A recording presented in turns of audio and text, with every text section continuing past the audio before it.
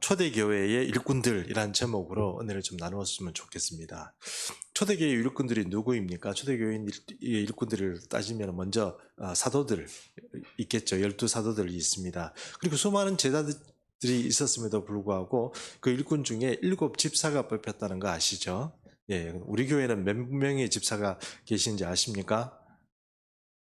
예, 왔다 갔다 하시는 분이 계셔서 제가 그 명명할 수는 없지만 우리 교회도 집사님들이 계십니다. 오늘 이야기를 잘 들어보시고 우리가 지금 이 개척교회지만 우리 시대를 또 이렇게 새롭게 또 그 붕식해 가는 책임들이 또 우리에게 주어졌어요. 그러니까 이게 담임 목사인 저에게만 주어진 그런 목표나 사명이 아니고 여러분에게도 분명히 이 교회 보내주셨을 때는 사명이 있습니다. 거기에 대해서 이 남의 일이다 생각하면 안 되고 내가 이 하나님께서 내게 맡겨주신 일이구나 이렇게 생각하고 우리가 이 교회의 일을 해야 된다는 거예요. 그거는 여러분 만약에 그렇게 생각하지 않는다 그러면 이거 어떻게 되겠습니까? 그래서 이제 고민이 좀 그래서 오늘 이런 말씀들을 좀 나누었으면 싶습니다. 사실 오늘 점심시간에 우리 저기 이제 점심을 요 근처에서 이제 제가 이제 뭐 요즘 제가 호라비 신세잖아요. 그래서 요 근처에 가서 밥을 먹는다고 해서 오늘 이렇게 본평 그 뭡니까 막국수를 먹고 싶은 거예요. 그래서 이제 요 근처에 본평 막국수 이렇게 파는 데가 있습니다. 거기 가서 이제 먹는데 어디서 목사님 이러는 거예요. 보니까 우리 양인교회 목사님 있잖아요. 옆에 양인교회 목사님이 계시더라고요. 그래가지고 양인교회 목사님하고 친하게 지냅니다. 제가 그래서 양인교회 목사님이 아주 둘이 앉아가지고 이제 저번에 제가 식사 대접을 받았기 때문에 오늘은 별건 아니지만 제가 이제 결제를 하고 그렇게 했는데 우리 밥 먹고 우리 차 한잔 하고 가시라 그래서 또 가서 이제 그 양인교회 가서 또 이렇게 좀 담화를 나누면서 그렇게 있었습니다. 오늘 그러려고 했는지 모르지만 오늘 이렇게 가만히 저도 이제 오늘 말씀을 준비하면서 생각을 해보고 이제 개척교회는 우리 교회보다 훨씬 그 양인교회가 일찍 출발을 했습니다. 근데 이제 여러분 잘 아시다시피 우리 교회는 아직 큰 내용들이 담겨 있지는 않았지만 조직은 다 되어 있는 거 아시죠? 이거 아시죠? 집사가 다 뽑혀 있는 거예요. 7집사가, 초대교회 7집사가, 우린 다 있는 거예요.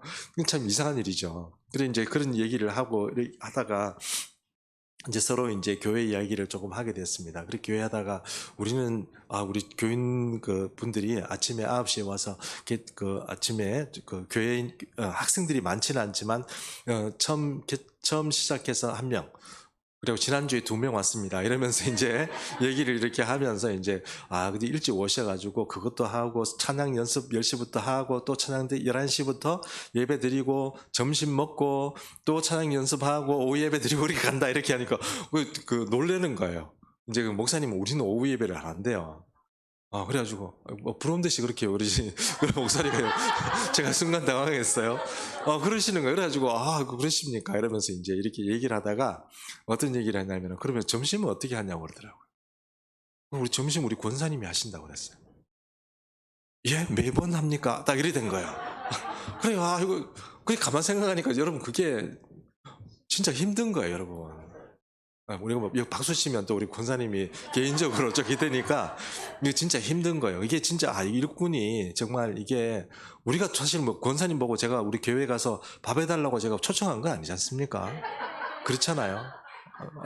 혹시 뭐 권사님 뭐 우리 교회 밥 해달라고 개척교회 커뮤니티 한분 계세요? 없잖아요. 근데 이게 우리 힘으로는 안 된 거예요. 뭔가 이게 정말 성령 은혜 가운데 이게 뽑혀진 거예요. 매주 이렇게 밥을 교회에 해준다 이게 힘든 거예요, 진짜로.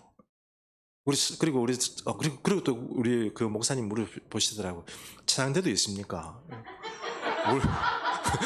우리 찬양대 10명쯤 됩니다. 그러니까 갑자기 목사님 눈이 번쩍 뜨지고 뭐라고요? 10명? 이렇게 하는 거예요. 그래서 사실 반 정도 나갑니다. 이렇게 얘기했죠. 그런데 얘기했는데 10명이나 찬양대를 한단 말이면 깜짝 놀라시는 것 같더라고요. 그래 우리 아시다시피 우리 또 양규 목사님이 설교도 잘 하시고 또 공부도 많이 하시고 그런 분이거든요. 근데 이제 온라인을 잘 못 만지네요. 우리는 또 방송도 되잖아요. 그러니까 그런 거 생각해 보면 참 이게 우리 교회는 앞으로 하나님께서 어떤 방법으로 쓰실지 모르지만 이게 사람들이나 이렇게 구조를 보면 진짜 초대교회 7집사 뽑아놓은 것처럼 다 뽑아놓은 거예요. 이건 진짜 원래 금요 심야 시간도 보십시오. 청년들이 오늘 못 오잖아요. 본교회 수련회 한다고 목사님 못 온다 그래가지고 그걸 또 뭐 안 돼! 무조건 와! 이렇게 얘기할 수가 없잖아요. 자기들 세계가 있는데, 그리고 우리 이대영 목사님 없으면 어떡할 뻔했어요. 좀 진짜 이대영 목사님이 계시고 또 뭐 그런 일도 보고, 우리 반주 또 우리 김기현 집사님 정말 너무 잘 섬겨주시고, 뭐 어디 하나 할 거 없어요. 교회 학교는 또 이렇게 오늘 이렇게 말씀하시는 거 보니까 또 영원구원 해가지고, 영원구원, 영육군 죄송합니다. 예. 영육군이 6시에 기도하고 구원이니까 9시 1분에 기도하자고, 뭐 그렇게 뭐 그런 슬로건도 만들고 그렇게 하시. 역시 이런 생각이 들더라고요. 교회학교도 되겠다 하는 생각이 들고 그런 거예요. 그리고 이게 뭔가 이 초대교회도 좀 그렇고 우리 교회도 앞으로 어떻게 될지는 잘 모르겠습니다만, 하나님의 어떤 그런 손이 있고, 손이 이렇게 움직이시는 손이 있는 것 같아요. 근데 그런 것들이 참 느껴지고, 여러분 어쨌든 그래서 여러분에게 말씀드리고 싶은 건, 고맙다 이런 얘기를 하고 싶은 거 절대 아닙니다. 고만고는 고만고고, 진짜 여러분에게 고마워야 될 분은 하나님이, 주님이시죠. 네, 주님이 뭐 여러분 수고하는 거, 제가 여러분 수고한다 그래서 제가 무조건 감사합니다 이러면 상금 날아갈 거고, 제가 뭐 다른 말씀 드릴 건 없고, 여러분이 섬기는 거 주님이 받으시면 주님이 다 알아주시고 그런 거예요. 저도 이 시대에 교육자로, 이렇게 담임 교육자로 개척해서 어려운 시대에 개척했지만, 여러분도 이 초대교회에 이 사람들에게서 세움을 받은 것처럼 주님이 여러분을 부르신 거예요. 집사로 부르신 겁니다. 집사라는 게 여러분, 요즘 말하면 최소한 안수집사 이상을 말하는 거, 권사님 이상을 말하는 거거든요. 그럼에도 불구하고 그러면 서리집사는 아니냐? 그런 건 아니고, 우리가 다 주님 앞에 충성된 일꾼으로 지금 부름받았다는 거예요. 세웠다는 거예요. 그러니까 꼭 이 초대교회의 어떤 그 세움받은 사도들과 또 집사들처럼 우리도 주님 앞에 충성하고, 또 그들이 그 시대를 한번 섬겼던 것처럼 우리도 우리 시대를 한번 주님 앞에서 멋지게 한번 섬기다가 가야 되지 않겠나. 저도 그렇고 여러분들 그렇게 동감하시죠? 예, 아멘입니다. 그래서 오늘 이 말씀을 통해서 우리가 좀 은혜를 받았으면 좋겠는데, 지금까지 6장까지 오면서 우리가 1, 2, 3, 4, 5장의 사도행전의 이야기를 보면 여러 부흥의 이야기들이 참 많이 이제 벌어졌는데, 여러분 아시다시피 그 성령의 기름 부으심을 인해서, 오순절의 성령 기름 부으심을 통하여서 이 온갖 회개 운동이 일어나죠. 너희가 못 박아 죽인 그 예수님은 진짜 메시아고 예수 하나님의 아들인데 못 박아 죽였고, 그분이 또 부활하셔서 그렇게 하셨다. 그분이 진짜로 메시아였다 하면서 이제 어떤 복음을 전파하니까 많은 사람들이 회개 운동이 일어났습니다.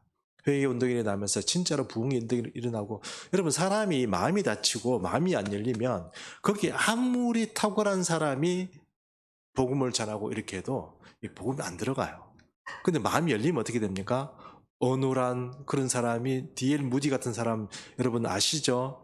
뭐 그 사람의 직업을 무시해서 그런 게 아니라 별로 못 배우신 분이에요. 그러니까 구두 이렇게 수순하고 그런 분이었거든요. 그런 분이요, 시대를, 유럽과 그 당시에 미국의 본토를 여러분 휩쓸었습니다. 많은 사람들이 거의 그 사람의 복음을 듣고 100만이 회개했다고 그러잖아요. 그러니까 그런 사람의 어떤 설교에도 그렇게 감동이 되고 역사가 일어나는 것처럼 이 마음이 열리는 게 중요한데, 그것은 사실 회개부터 일어나는 거거든요. 회개하지 않고 내가 잘났다 고집과 어떤 신앙적인 오만을 가지고 있는 사두개인이나 바리새인들은 그 복음에 참여했습니까? 못했죠. 같은 하나님을 섬긴다고 하지만 못하는 거예요. 근데 그 이스라엘에 있던, 예루살렘에 있던 많은 사람들이 회개 운동을 벌어지면서 이스라엘 회개 부흥의 불길들이 붙기 시작했습니다. 그리고 여러분 아시다시피 우리가 지금까지 이렇게 본 것처럼 이 성도들이 기도에 모여가지고 정말 정말 힘을 많이 썼어요.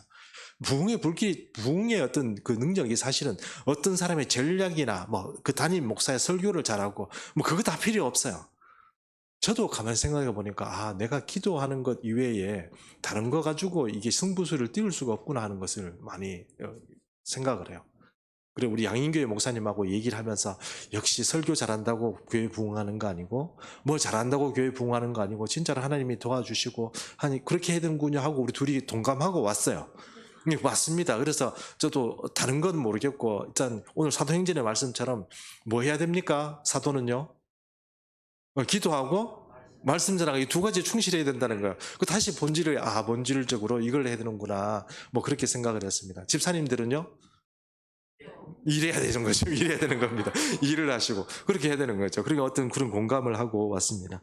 어쨌든 그런 일고 나서 그 어떤 말씀들이 흥왕해지고 그렇게 되니까 귀신이 쫓겨나고요.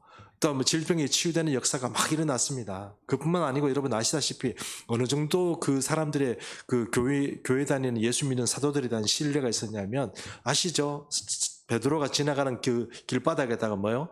침상을 놔두고 환자를 누볐습니다. 그러면 베드로가 바빠가지고 지나가다가 그림자로도 닿으면 어떻게 해요? 낫는다고 생각한 거예요. 그러니까 사람들이 정말 완전히 이상한 정말 표현을 이상하게 해도 신기한 시대를 살은 거예요. 그 사람들이 자기 눈으로 보고 체험하는 그런 시대를 살았다는 거예요. 성령의 은혜 가운데 그런 부흥의 시대를 살았다는 거예요. 그래서 교회가 점점 부흥하기 시작했는데요. 처음에 여러분 아시다시피 베드로가 설교했을 때 몇 명이 회개하고 돌아왔습니까? 30명이 돌아왔습니다. 그 이후에는요. 숫자를 하기 곤란하겠죠. 30명이 처음 했는데 그 다음에 계속 들어오는 사람을 어떻게 다 그 옛날 시대에 어떻게 방법이 없잖아요. 그리고 여러분 그렇게 부흥의 불길이 이르다 보니까 어떤 이들 중에는 제사장 무리들도 제사장 무리라는 보통 사두개인들을 말하거든요. 사두개인들처럼 이렇게 이성적으로 따지는 그런 사람들 중에도 어떻게 해요? 많은 사람들이 이 도를 받아들이고 믿었다고 그랬습니다. 완전히 뭐 지적 그 다음에 어떤 우리가 영적 이 모든 것들이 부흥의 불길에 확 쌓이니까 사람들이 완전 다 이렇게 표현은 죄송합니다만 다 뒤집어지는 거죠. 옛날 부흥사 그 목사님들이 말씀하시는 것처럼 다 뒤집어지는 거예요. 그런 역사가 막 일어났습니다. 그래서 오늘 5장 2절까지 보면 어떤 부흥의 얘기가 있었냐면 14절입니다. 5장 14절에 보니까 믿고 죽기로 나오는 자가 더 많으니 남녀의 큰 무리더라 이랬습니다. 이제는 헤아릴 수가 없어요. 이제 몇 명 왔다 이게 의미가 없고 헤아릴 수가 없어요. 전부 다 그냥 예루살렘 전체가 사람들이 모여가지고 회당에서 예배드리고 막 찬양하고 이러는데 엄청난 무리들이 오니까 이제는 이렇게 몇 명 왔습니다, 몇 명이 결신했습니다 이런 것 자체가 이제 의미가 없는 거예요. 그 정도로 이렇게 부흥을 했다고 그렇게 초대기 이야기가 나와 있습니다. 그런데 이 교회가 그렇게 부흥이 되고 이제 교회가 이제 시스테미컬을 해야 된다고 그러나요? 교회가 이제 어느 정도 새로운 어떤 사역에 어떤 그 물꼬를 트기 시작이 좀 전쯤 되니까 이제 교회에서 살짝 문제가 생기기 시작합니다. 그 문제는 사실 누가 악하다거나 못됐다거나 그런 게 아니에요. 근데 성장통이란 게 있잖아요. 교회도 성장통이 있어요. 우리도 앞으로 지금은 모르지만 지금 우리끼리 다 좋아요. 그런데 앞으로 새로운 사람들이 계속 유입되거나 아니면 교회 학교가 부흥해서 애들이 막 안 오고 그러면 우리도 성장통을 겪게 될지 몰라요. 그렇죠? 예, 교회도 이게 우리가 살아 움직이는 어떤 유기체이기 때문에 성장통을 겪게 될 수가 있습니다. 개인도 성장할 때 보면 어린애들 때 보면은 왜 여러분 열 한 번 나고 아프고 나면은 좀 애가 조금 더 클레버해지죠. 조금 똑똑해지잖아요. 지혜가 조금씩 들어가지 않습니까? 똑같은 거예요, 교회도. 그래서 교회가 뭔가 어떤 성장을 하려고 하면 성장통을 겪게 됩니다. 그게 지금 성장통이 어떤 거냐면, 이 유대교 안에 이제 사람들이 이제 그 많은 분들이 이제 그 펀드레이징이라고 그러죠. 이거 돈을 모으고 이렇게 서로 공급하고 내가 내 집 팔고 내 전답을 팔아서 교회에 갖다 바치니까 그게 이제 자금이 이렇게 모이는 거잖아요. 그걸 가지고 사람들이 이제 구제 활동을 하는 거죠. 아마 제가 정확하게는 잘 모르겠습니다만 초대교회에 대한 어떤 그런 정보가 많이 나와 있지는 않지만 아마 제 생각에는 이렇게 모여서 이렇게 밥을 대접하는 그런 어떤 접대하는 그런 어떤 또 있었던 것 같아요. 물론 이제 만약에 개인 가정이 있으면 개인 가정별로 뭔가 필요한 어떤 물건들을 가서 공급을 했겠지만 또 과부들이 있잖아요. 과부들, 고아들 이런 경우는 어떻게 돼요? 밥을 누가 해줘야 되잖아요. 그런 분들을 접대하는 어떤 그런 시스템들을 교회가 운영하고 있지 않았나 이렇게 생각이 들어요. 그런데 이렇게 하다 보니까 어떤 문제가 일어나느냐? 유대파 그러니까 히브리 유대 과부들은 어떻게 해요? 대우를 잘 받고 접대를 잘 받았는데 헬라파 과부들은 어떻게 해요? 소외된 거죠. 소외됐습니다. 그러니까 그 히브리 과부들은 뭔가 접대를 잘 받고 뭔가 혜택이 잘 갔는데 헬라파는 이게 소외가 됐어요. 그게 여러분 우리 생각에는 아 이게 뭐 그랬구나 이렇게 생각할지 모르지만 요걸 잘 생각해보는 굉장히 조금 심각한 이야기가 있습니다. 히브리파 과부라고 하면 내가 잘 아는 사람이에요. 옆에 있는 분이에요. 저분은 과부가 됐는데 내가 좀 도와줘야 될 사람이에요. 그래서 유대인들 생각에는 예루살렘에 살고 있는 그 공동체 안에서는 이 사람들을 이렇게 좀 도와주고 뭐 이렇게 해야 되는데 거기에 바로 이 가시권 안에 다 들어온 사람들이에요. 그 사람은 정통 유대인들이에요. 조상도 유대인이고 위에 그 남편도 유대인이고 부인도 유대인이고 그런데 남편이 먼저 돌아가고 그런 상태예요. 근데 헬라파 유대인이란 건 뭐냐면 여러분 그때 헬레니즘 세계 하에 있었어요. 그러니까 그리스가 마케도니아의 문명이 있는 그 그리스 문명이 이 모든 그 아시아 지역을 전체를 다 덮고 있었다고. 그럼 헬라파라고 얘기하면 그 사람이 그리스 사람이란 뜻이에요? 아니에요. 그런 뜻이 아니고 유대인이 아닌 모든 이방 사람들의 영향 아래에 있는 사람이 누구예요?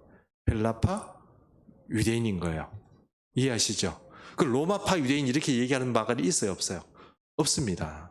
아시겠죠? 모든 사람이 헬라파 유대인인 거예요. 그러면 그 사람이 저 시리아에 살아도 그렇고 저 애굽에 살아도 그렇고 저 멀리 어디를 살아도 어떻게 해요? 그 사람 다 헬라파 유대인인 거예요. 그 헬라파 유대인들은 이게 조금 이제 출신 성분이 조금 문제가 생기죠. 수가 있겠죠. 어떤 문제입니까? 조상들이 유대인일지는 모르지만 남편이 다른 나라 이방인 사람일 수도 있죠. 그런데 왜 여기 그 예루살렘에 와서 살아요? 남편 죽고 거기서 더 이상 살 수 없으니까 돌아왔겠죠. 거기에 기반이 있고 그러면 당연히 거기서 살지 뭐하러 또 돌아왔겠어요. 살 길이 없으면 막막하니까 어떻게 해요? 돌아오는 거예요. 이해하시죠? 그러니까 그러니까 히브리파 이 과부들은 나름대로 그 안에서 자기가 본토고 살던 데고 이러니까 다 아는 사람이고 교인도 아는 사람이니까 교인들이 하다 뭐 과일이라 생기면 이거 집에 가서 드세요 이렇게 할 수 있지만 헬라파는 어때요? 그게 안 되는 거예요. 누군지도 잘 모르고 서로 연결되는 게 다 끊어졌단 말이에요. 그러니까 이 사람들이 교회의 어떤 그 돌보심 케어를 받는데 좀 부족하겠죠. 그리고 또 여러분 아시다시피 사도들도 사역하기 바쁜데 사람들이 그만큼 많이 있어보세요. 얼마나 바쁘겠어요. 사도들이 얼마나 바빴겠어요. 사도들 돌아가면서 설교했겠죠. 뭐 힘들었겠죠. 전부 다 뭐 해가지고 어디 뭐 또 아프다 그러면 신방 갔겠고 뭐 이렇게 많이 했지 않겠죠. 사역들이 많이 다양하게 했지 않겠습니까? 사도들도 도저히 바빠가지고 안 되는 거예요. 그래서 이 헬라파 유대인들 가운데서 이제 문제가 이제 많이 생기는 거예요. 이제 우리 이런 사람들은 안 돌보고 교회가 많냐 이렇게 되는 거죠. 결국은 어떻게 됩니까? 아무리 이제 이 사도들도 연구를 해보니까 이 도저히 자기 역량이 넘어가는 거예요. 이제는 어떻게 해요? 전문적인 사역 조직을 만들어야 되는 거죠. 맞죠? 예, 그래서 이런 모습이에요. 제가 설교하고 제 앞에 가서 방송 막 두드리고 PPT 만들고 막 쏘고 와서 여러분 조금만 기다리세요 이러고 막 와가지고 막 이렇게 한다고 그러면 여러분 이게 안 되잖아요.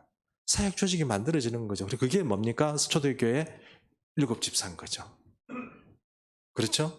그럼 여러분 사역할 때 나는 우리 교회 우리 목사님이 어떻고 나는 뭐 어떻게 그런 얘기 할 필요 없어요. 그건 제가 임명하는 게 아니고 누가 하는 거예요. 주님이 부른 거죠. 근본적으로 보면 주님이 이 교회를 위해서 그 어떤 시대적인 사명을 보고 부른 거지. 제가 어떻게 뭐 이 사람 뭐 어떻게 이용해 먹어야 되겠다. 이 사람 뭐 어떻게 뭐 해야 되겠다. 이런 생각이 있어요, 없어요? 천만에 그거 없어요. 여러분 착각하지 마세요. 왜냐하면 제가 젊을 때 그런 착각을 하면서 살았기 때문에 그래요. 나같이 대단한 인간은 이렇게 좀 제가 그랬잖아요. 조금 용서해 주세요. 제가 좀 착각했었어요.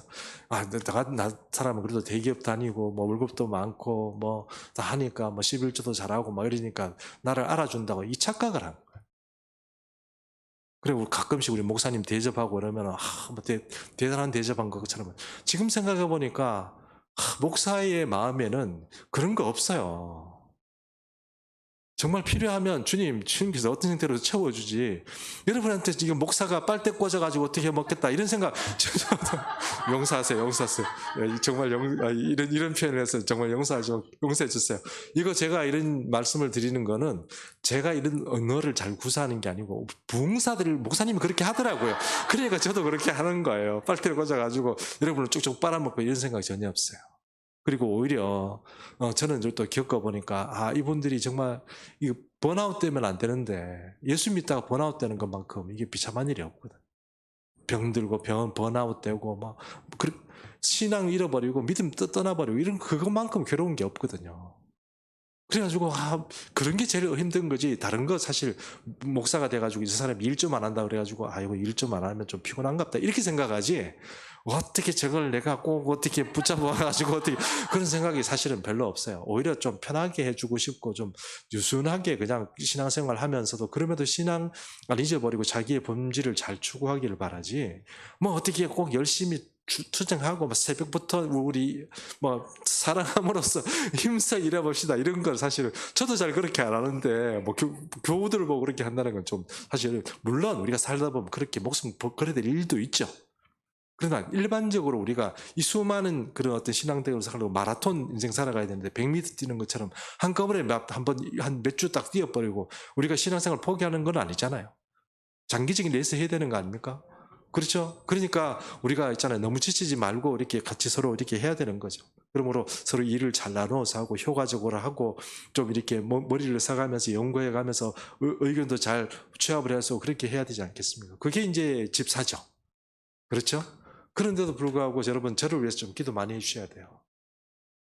저는 어떤 걸 많이 느끼냐면 이 교회가 우리 생각에는 이 조직이 있으면 다 할 수 있을 거다 싶지만 저는 이 영적으로 굉장히 이 프레스를 받습니다. 아무도 보이지도 않는데 영적으로 사실은 많이 도전을 많이 받아요. 영적으로 도전 받는다는 건 이게 이 담임 교육자가 안 돼 보면 잘 몰라요. 저 사람이 무엇을 고민하는지를 잘 몰라요. 이게 그 영적인 고민이라는 것이 이게 한번 탁 지금 브렉스루라고 그러잖아요. 돌파가 돼줘야 그 이후에 무슨 사역이나 어떤 그런 게 또 되는데 이게 정말 쉽게 안 되는 거예요. 기도하는 것도 여러분 저도 애를 좀 많이 쓰지만 기도하는 게 정말 여간 어렵지 않아요. 저도 여러분 기도 저 좀 해주셔야 돼요. 우리 이윤목 목사가 기도 저 열심히 잘할 수 있도록 그리고 막 그렇게 해달라고 교회를 위해서 기도하겠지만 저를 위해서도 좀 기도해 주시면 제가 말씀도 더 잘 전할 수 있고 기도의 어떤 능력도 더 나지 않겠습니까? 네, 감사합니다. 네, 그래서 아멘 하셨으니까 이제 기도해 주셔야 됩니다. 어쨌든 이제 사도는 자기의 그 길을 가고 이제 일곱 집사는 그렇게 길을 간다는 거예요. 근데 여러분, 지금 우리가 이제 아까 초대교회 헬라파하고 히브리파 이 과부 이야기를 했습니다만 우리 시대에도 이게 좀 문제가 있어요. 우리 시대에 어떤 문제가 있냐면 지금 유대인들이 여러분 이제 유대인 얘기를 이제 조금 하겠습니다만 이 성경 신명기 28장 63절 64절에 보면 이런 말씀이 나와요. 제가 한번 읽어보겠습니다. 여호와께서 너희에게 선을 행하시고 너희를 번성하게 하시기를 기뻐하시던 것 같이 이제는 여호와께서 너희를 망하게 하시며 멸하시기를 기뻐하시리니 이거 말을 안 듣다. 말씀대로 안 살고 그렇게 하니까 하나님께서 이제 이번에는 안 되겠다 이렇게 하시는 거예요. 이제 반대 작용이죠. 축복받을 때가 있었는데 지금 말을 안 들으니까 하나님께서 오히려 그들을 친다는 거예요. 너희가 들어가 차지할 땅에서 뽑힐 것이다 그랬습니다. 너희가 차지할 땅 그 가나안 땅에서 뽑힌다는 거예요. 하나님께서 뽑아내버린다는 거예요. 하나님께서 이스라엘 백성들에게 준 땅인데도 불구하고 그 가나안 땅에서 뽑아내버리겠다. 그게 이제 하나님께서 말씀하신 거고. 그래서 28장 64절에 보면 여호와께서 너를 이 땅 끝에서 저 끝까지 그러니까 이 땅 끝에서 저 끝까지 그 만민 중에 흩으시리니 내가 그곳에서 너와 내 조상들이 알지 못하던 목석 우상들을 어떻게 해요? 섬길 것이다. 이렇게 되어 있습니다. 그러니까 하나님께 배반했던 이스라엘 백성들이 결국은 어떻게 되느냐 신명기에 약속했던 요 약속대로 땅에서 뽑혀가지고 전 세계로 뿌림을 받았는 게 2000년 동안이에요. 물론 여러분 아시다시피 바벨론 포로 때 그 돼 있긴 했지만 그 사람들이 그죠? 예, 어쨌든 하나님께서 70년에 복귀를 시켰잖아요. 그리고 또 예수 그리스도를 십자가에 못 박혀 돌아가시게 한 이후에 여러분 초대교회 이렇게 부흥을 했지만 그럼에도 불구하고 결국은 이스라엘 백성들이 어떻게 돼요? 전 세계로 진짜로 땅 끝까지 보내져 버려요. 쫙 끝까지. 그렇게 이스라엘 유대인들이 전 세계로 퍼지게 되는 그런 어떤 결과를 가져왔습니다. 자, 그러면 헬라파 유대인들이 먹고 살기 힘들어가지고 예루살렘으로 그 과부들이 돌아왔던 것처럼 이제는 유대인들이 돌아오기 시작해요. 제가 누차에 말씀드렸지만 이 마지막 때에 사인이 몇 개가 있는데 그 중에 몇 가지를 여러분 말씀드리면 첫 번째는 이스라엘에 성전이 생깁니다. 성전이 생겨요. 근데 지금 이스라엘에 성전이 있어요, 없어요? 없다고 말씀드렸잖아요. 지금 이스라엘에 있는 도움으로 이렇게 만들어진 그거는 뭡니까? 이슬람 성전이라고 우리 말씀드렸죠. 그럼 여러분 이것이 항상 문제가 되는데 평화란 게 뭘까요, 여러분? 우리가 확실하게 얘기를 못하지만 이스라엘의 성경이 말한 것처럼 종말의 때에는 반드시 성전이 생기게 돼 있어요. 그럼 그 성전이 우리 생각에는 되게 좋은 의도로 생길 것 같잖아요. 그게 아니고 딜이 이루어집니다. 딜. 이슬람과 누구 사이에요? 유대인 사이에. 자, 그러면 우리가 평화하기 위해서 그러면 너희도 성전을 한번 지어라. 이렇게 된다는 말이에요. 그게 지금 우리 유대인들이 지금 우리 생각에는 야, 하나님이 성경의 약속이니까 거룩한 백성들이 성전을 짓고 이렇게 생각하잖아요. 그게 아니고 세속적인 목적 때문에 거기에 이슬람 회당이 생긴 것처럼 똑같이 세속적인 목적으로 하나님의 성전이 세워져요. 유대교의 성전이 세워져요. 그게 준비가 되고 있습니다. 아시죠? 잘 모르셨나요? 네, 준비가 되고 있습니다. 결국은 성경이 성전 이야기를 하고 있습니다. 요한계시록 얘기를 잘하면 요한계시록 얘기를 제가 잘 하지는 않습니다만 나중에 들어보면 다른 사람들이 뭐 이런저런 얘기 많이 하는데 그게 아니고 성경적으로 보면 성전이 있을 수밖에 없게 되어 있어요. 여러 가지 이유가 있습니다. 그건 이제 나중에 우리가 요한계시록 얘기할 때 얘기하고 어쨌든 성전이 생긴다는 거 하고 또 하나가 뭐냐면 바로 이스라엘 나라가 생긴다는 거예요. 그 이스라엘 나라가 생긴다는 게 어디에 나오냐면 이사야의 말씀이 나와요. 이사야의 말씀에 이게 11장인데 11장 11절 12절 제가 한번 읽어보겠습니다. 그날에 주께서 다시 그의 손을 펴사 그의 남은 백성을 아수르와 애굽과 바들로스와 구스와 엘람과 시날과 하맛과 바다 섬들에게서 돌아오게 하실 것이요. 이제 백성들을 돌아오게 하는데 여러분 잘 보세요. 여기 도시 이름들이 나오잖아요. 그 도시 이름들이 옛날에 있었던 도시들이에요. 그 도시들에서 이 사람들을 돌이켜 오는데 12절에 보면 여호와께서 열방을 향하여 기치를 세우시고 열방을 향하여 기치를 세운다는 게 무슨 뜻이죠? 기치를 세운다는 게 이게 뭡니까? 깃발을 꽂는다는 뜻이에요. 깃발을. 맞죠? 그 말이 뭡니까? 나라를 세운다는 뜻이에요. 나라를 세운다는 뜻이에요. 그럼 나라를 세워야 되는데 종말의 시간에 나라를 세워가 사람들을 그 나라로 모이게 한다 이런 뜻 아니에요? 이해하시죠? 그러면 이 기치를 세운다, 나라를 세워가 사람들을 오라고 한다면 지금 그러면 종말의 현상 중에 아까 제가 말한 것 첫 번째는 뭡니까? 성전이 생기는 거. 두 번째는 뭐예요? 이스라엘 백성들이 그 나라로 그 기치를 세운 나라로 돌아온다는 거예요. 그래 여러분 우리는 안 믿을 수 있어요. 우리는 이 성경의 말씀을 안 믿는단 말이에요. 왜? 우리하고 상관이 없으니까. 우리 예수 잘 믿으면 되죠. 그게 돌아오는 거하고 무슨 상관이야. 유대인들이 돌아가건 말건 우리하고 상관이 없다고 생각하지만 그게 마지막 사인이란 말이에요. 결국 트렌드 자체가 그렇게 될 수밖에 없는 거예요. 유대인들은 그 말을 믿어요. 유대인들이 예수 믿는 사람은 다 아닌데 성경의 구약 성경 이사야의 말씀과 이 신명기의 말씀을 믿는단 말이에요. 그러다 보니까 이 사람들이 돌아와요. 어떻게 돌아와요? 여러분 아시다시피 어떻게 다 나름대로 유럽에 가서 잘 살고 있다가 맨 강적 누구 만났습니까? 히틀러 한번 만났죠. 완전 박살나죠. 뭐 많이 죽고 그때 또 사람들 많이 돌아왔어요. 미국 많이 돌아가고 예루살렘으로 또 많이 돌아왔어요. 그리고 한번 돌아오고 나니까 끝났느냐? 이번에는 레닌과 스탈린에 의해서 공산주의가 사람 완전히 박살내는 거예요. 그러니까 그 북쪽이 좀 살아갔던 이 이스라엘 사람들이 다 도망가고 막 난리가 난 거예요. 그래서 이제 도망간 사람들 어디에 갔냐면 일본에도 갔습니다. 그리고 중국에도 갔어요. 그리고 중국에도 갔어요. 중국에서도 가고, 여러분 저 밑에 여러분 에티오피아 옛날에 솔로몬 시대에는 에티오피아 사람들까지도 그 유대인들을 보내가지고 랍비들을 보내가지고 가르쳤거든요. 솔로몬 시대 때. 여러분 아시죠? 그 시바의 여왕 아시죠? 그 에티오피아 사람이거든요. 그쪽 사람이에요. 그러니까 여러분 유대인들이 어떤 사람이냐면 색깔이 이 볼구스름한 저 같은 황인종도 있고 에티오피아 사람처럼 까만 사람도 있고, 그리고 유럽에서 막 살다 보니까 햇빛을 못 받는지 모르지만 사람들이 하얀 사람도 있고, 약간 적당히 약간 그 아랍 사람들처럼 약간 약간 아시안 계통인데 약간 그런 사람도 있고, 그런 사람들이 어떻게 해요? 돌아온단 말이에요. 그게 자기의 의도이건 아니면은 전 세계적인 어떤 현상에서 돌아오고 막 돌아온단 말이에요. 그리고 최근에는 누가 돌아와요? 최근에 어디에서 돌아와요? 우크라이나 전쟁에서 돌아오잖아요. 우크라이나에 지금 한 40만 산다고 그러잖아요. 그 사람들이 지금 갈 데가 없고, 지금 우크라이나가 지금 여러분 뭐 잘 싸운다는 식으로 얘기하지만 뭐 잘 싸운 게 아니죠. 러시아가 어젠가 푸틴이 나와가지고 이렇게 얘기했잖아요. 우리 아직 전쟁 시작도 안 했어, 본격적으로. 진짜요, 여러분. 그 제가 저번에 처음 전쟁이 날 때 제가 말씀드렸잖아요.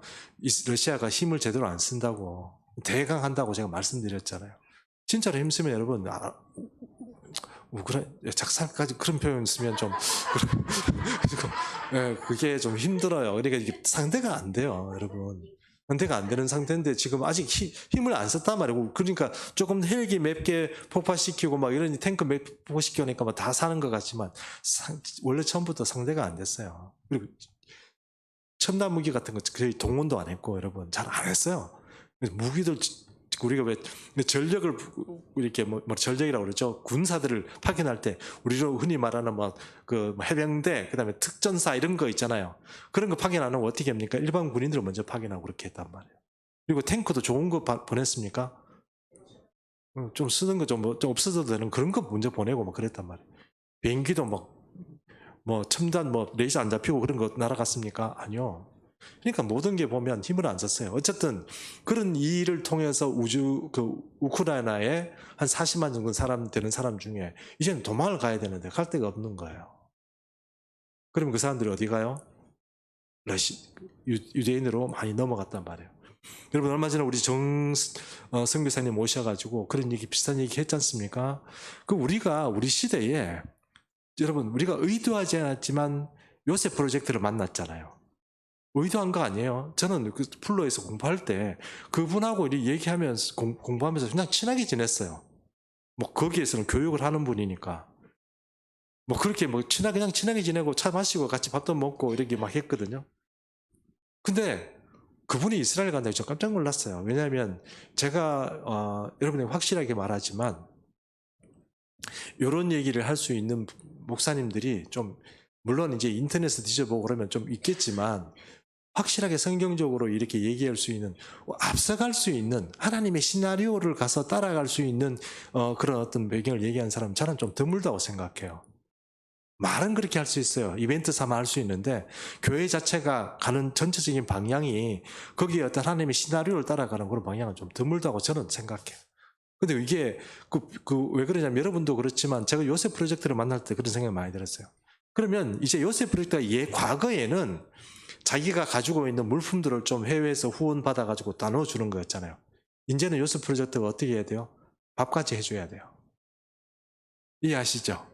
밥까지 해줘야 돼요. 그들에게 먹고 살 일을 해줘야 돼요. 왜요? 사람들이 점점 오니까 이제 좀 더 힘든 거예요.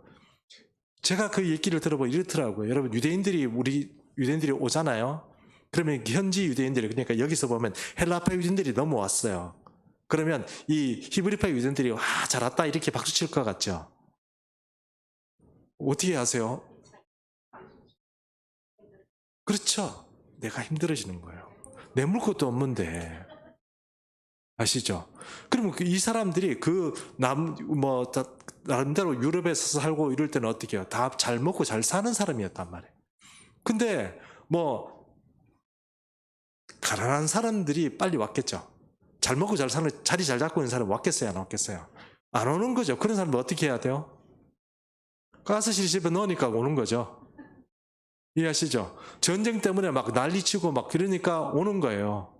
그러니까 사람들이 돌아오는 거예요. 또 돌아오는 건 좋은데 돌아오고 나면 이 유대인들이 박수 쳐주고 같이 대접해주고 나하고 같이 먹자, 공한 쪽도 나눠 먹자 이렇게 해야 되는데 어떻게 해요? 그렇게 안 한단 말이에요. 오히려 얘기 들어보니까 피부 색깔 가지고 차별한대요. 인종 차별을 한대요. 같은 유대인인데도. 이 조금 저처럼 이렇게 약간 적당히 굽힌 사람들, 황인종들 어떻게 해요? 좀 싫어합니다. 거기도 나름대로 돈 있고 이런 사람들은 환영하지만 좀 없고 가난하고 그냥 난민이고 이런 사람들은 어떻게 해요?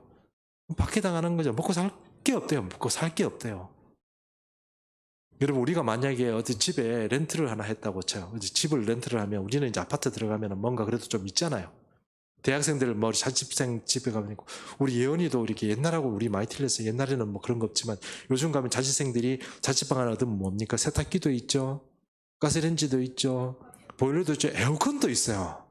우리는 옛날에 뭐 다 죽었는데 이거 에어컨도 있어요. 다 있잖아요. 근데 여러분 해외에 나가서 하려고 그러면 그 전부 내가 다 해야 돼요. 아무리 좋은 집도 그래요. 이 시스템이 갖춰진 게 없어요. 내가 다 해야 되거든. 에어컨 뭐 다 해야 돼요. 그런데 거기에 할 돈이 없는 거예요. 내가 지금 당장 입을 돈 두고 가방 이렇게 가지고 그거 해외에서 그거 들고 다 그냥 거기 있는 거 다 두고 그냥 왔는데 거기서 어떻게 살아요? 그거밖에 없는 거예요. 자, 헬라파 유대인들이 우리 시대에도 이제 생기는 거예요. 초대교회가 그랬던 것처럼 초대교회 예루살렘의 성령의 크신 은혜 가운데 놀라운 역사가 일었던 것처럼 이제 사실 우리가 저 같은 사람이 볼 때 성경을 다른 뭐 성령께서 어떻게 얘기하시다 저는 주님은 그런 식으로 만나본 적은 없지만 예전에 하나님께서 제게 어떤 보호자 가운데 제게 하신 말씀은 있지만 그렇다고 해서 뭐 다른 분들이 얘기하는 것처럼 그렇게 뭐 영적으로 보고 꿈으로 보고 뭐 이런 그건 아니지만 성경적으로 볼 때 우리 시대가 조금 그런 지금 거의 막바지로 지금 가고 있는 거예요. 그게 제가 말한 것처럼 사인이에요. 그리고 여러분 제가 말씀 세 가지를 말씀하셨다고 있는데 성전과 그리고 이스라엘 백성들이 돌아가는 거 하나 그리고 나라를 세우는 거라고 그랬잖아요. 이 기치를 세운다고 그랬지 않습니까? 이 나라를 세우는 문제는 여러분 우리나라하고 비슷하게 1948년도 5월 14일인가 이 나라가 독립을 해서 만들어졌어요. 근데 여러분 우리는 옛날에 신라도 있었고 고구려도 있고 백제도 있었고 맞죠? 부여도 있었고 많았잖아요. 신한 사만도 있고 많이 있었잖아요. 이스라엘 옛날부터 뭐가 있었어요? 옛날부터 이스라엘이었어요. 옛날부터 이스라엘이었죠. 왕정에 따라서 뭔가 유다 왕정 뭐 이런 식으로 뭐 누구 이렇게 있었지만 그 나라는 국호 자체가 사실 옛날부터 야곱 때부터 이스라엘 딱 이름 짓고 나서 끝까지 그냥 와 지금까지 이스라엘이에요. 2000년 동안 없는 나라가 어떻게 생겨요? 그게 하나님이 안 하면 어떻게 생겨요, 여러분? 그래 이게 우리는 안 믿어질지 모르지만 우리는 안 믿지만 유대인들이 믿는다니까요. 왜 그건 자기에게 현실이고 그렇게 되는 거니까. 그래서 세 가지 중에 뭐가 지금 성취가 된 거예요? 나라가 생긴 거예요. 그리고 두 번째는 지금 되고 있는 거고 세 번째는 아직 준비되고 있는 상태인데 다 뭐 설계도 뭐가 다 준비되어 있지만 아직 안 만들어진 거예요. 그러나 이제 평화의 시대라고 얘기하는 평화로도 얘기할 때 그때 그 평화가 다른 평화가 아니에요. 주변 나라에 있는 나라들과의 평화예요. 뭐 저기 있는 뭐 중국하고 평화, 러시아하고 평화 이런 그런 뭐 전 세계가 뭐 평화로운 재탕스에 들어가는 그런 의미가 아니고 바로 주변 나라에 있는 이스라엘 주변에 있는 나라들과의 평화예요. 그러면 그 주변에 있는 나라들이 대부분 이슬람이잖아요. 이슬람과 유대교가 평화할 수 있는 방법이 뭐예요? 성전이 생긴다니까요. 그 제가 말씀드렸잖아요. 성전이 어떤 성경적이고 거룩한 목적으로 생기는 것이 아니고 뭐 때문에 생긴다고요? 예, 정치적인 목적으로 생긴다고. 결국은 그런 일이 생긴다 하는 것입니다. 그러면 여러분 이제 제 말을 안 믿는 건 상관없어요. 그러나 여러분 두고 보십시오. 만약에 그 성전이 만약 생기는 그런 분위기가 점점 더 일어나면 진짜 우리가 경성하고 살아야 되겠구나 하는 생각을 하셔야 돼요. 성경적이란 뜻이에요. 그 말이. 자, 이런 얘기를 자꾸 하면 좀 그렇고 이제 결론적으로 말씀을 좀 나눠 보겠습니다. 결론적인 말씀을 해야 될 텐데요. 결국은 지금도 우리가 우리 시대에 이런 일곱 집사가 감당해야 될 일이 우리 가운데도 이제 벌어진 거예요. 그것은 단순히 지금 우리가 단순히 우리 예수비전 충성교회를 위해서 내가 헌신하자 이거 말고 하나님께 충성할 일이 이제 됐다는 거예요. 그 시대가 왔다는 거예요. 진짜로 하나님께 충성할 일. 그게 그냥 단순한 일개 교회를 세우고 그 교회를 섬기는 그 문제가 아니고 진짜로 이제 천국을 위해서 정말 내 삶을 드리고 그렇게 해야 될 때가 이제 됐다는 거예요. 저도 마찬가지로 여러분도 그런 시대적인 사명 가운데 있다는 거예요. 그러므로 우리가 이제 진짜 그런 소명과 사명을 가지고 저는 우리 예수비전 충성교회를 했으면 좋겠어요. 그러나 여러분, 하나님께서 물꼬를 틀 때가 있어요. 지금 물이 잠겼는데 내가 아무리 틀려고 해도 안 틀어주는 경우는 있어요. 그거는 그 문제가, 그 물을 안 틀어주는 문제가 내 문제가 아니고 하나님이 보실 때 타이밍이 안 된 거예요. 타이밍이 아직 멀었어요. 우리 나름대로 연습하고 준비하고 기도하고 이리 스스로 우리 자신을 꺾어가고 우리 자신이 진짜로 일곱 집사처럼 하나님 앞에 헌신되기 시작할 때 그때 기름 부어 준다고요. 그때 사역을 감당이 돼요.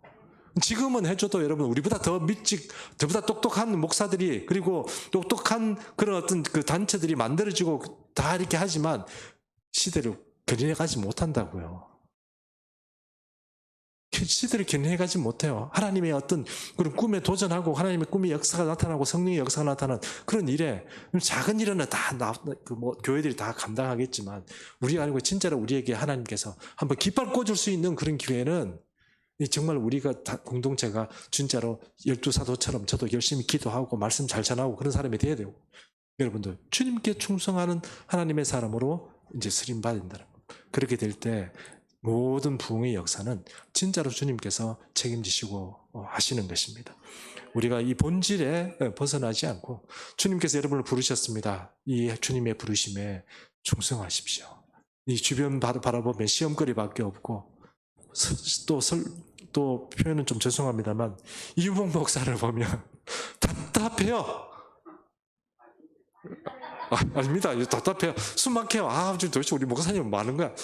최효지 집사님 머리 숙이지 마세요. 긍정하는 것 같잖아요. 답답해요. 근데 여러분 주님 보십시오. 주님이 보이시면 제게 주신 은혜 이런 것들이 전부 다 같이 막 공유되고 막 보이기 시작합니다. 주님의 시나리오가 보이고 주님의 길이 좀 보이기 시작해요. 이게 보이는 사람이 결국은 주님의 일을 하게 되고 주님께서 원하시는 어떤 그런 방향으로 살아갈 수 있는 힘들이 하늘로부터 공급됩니다. 우리는 우리 시대, 우리 지혜와 우리 힘으로 살고 우리가 가지는 것으로 최선을 다해야 되겠지만 진짜 우리가 원하는 것은 하늘로부터 내려붙는 하늘의 곳간이 열리는 그런 역사를 우리가 지금 소망하는 거지 우리가 그냥 우리끼리 좀 잘해보자 이런 마음이 있는 건 아니잖아요. 그렇지 않습니까? 그러므로 우리가 정말 열심히 기도하고 또 우리에게 주신 사명, 이 작은 공동체이지만 진짜 하나님의 손에 이렇게 귀하게 쓰임받는 그런 공동체가 되기 위해서 우리 한번 같이 열심히 기도하며 나가는 예수비전 충성교회 모든 성도님 되시기를 축복합니다. 우리가 몇 가지 기도 제목